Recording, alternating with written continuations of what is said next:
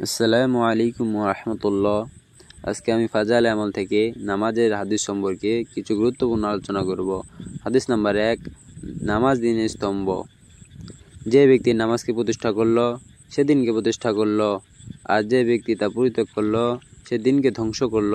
তিরমিজি। হাদিস নাম্বার 2, প্রথম হিসাব হবে নামাজ থেকে। কিয়ামতের দিন বান্দার আমলসমূহের মধ্যে সর্বপ্রথম নামাজের হিসাব নেওয়া হবে। যদি তা সঠিক হয় তবে সে সফল ও মুক্তি পাবে, আর যদি তা নষ্ট হয়ে যায় সে ক্ষতিগ্রস্ত হবে। আবু দাউদ। হাদিস নাম্বার 3, নামাজ জান্নাতের চাবি। নামাজ জান্নাতের চাবি। সহিহ বুখারী। হাদিস নাম্বার 4, 5 ওয়াক্ত নামাজ পাপমোচনের মাধ্যম। নবী করিম সাল্লাল্লাহু আলাইহি সাল্লাম একবার বললেন, হাদিস নাম্বার 4, 5 ওয়াক্ত নামাজ পাপমোচনের মাধ্যম।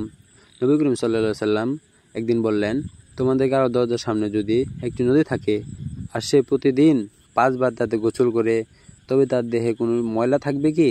সাহাবীরা বললেন, না। তিনি বললেন, এটাই 5 ওয়াক্ত নামাজ, আল্লাহ এর দ্বারা গুনাহসমূহ মুছে দেন। সহিহ বুখারী ও মুসলিম। হাদিস নাম্বার 5, নামাজ হলো কবরের নূর।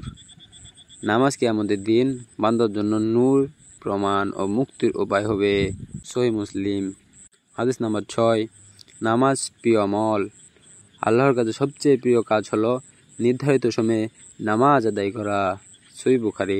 হাদিস নাম্বার 7, ফজরের জামাতে নামাজ রাতভর ইবাদতের সমান। যে ব্যক্তি এশার নামাজ জামাতে পড়ে সে অর্ধরাত পর্যন্ত নামাজ আদায় সওয়াব পায়, আর যে ফজরের নামাজও জামাতে আদায় করে সে যেন পুরো রাত নামাজে কাটিয়েছে।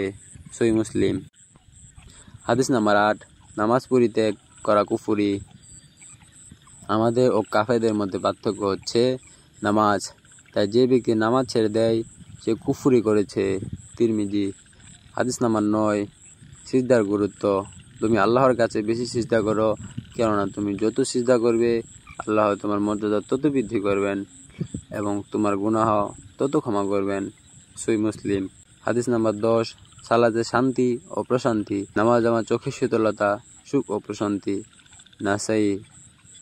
সর্বশেষ আমি বলতে চাই, নামাজ কেবল ফরজ নয়, বরং তা বান্দার জন্য রহমত, আলো, প্রমাণ এবং দুনিয়া আখিরাতের মুক্তির উপায়।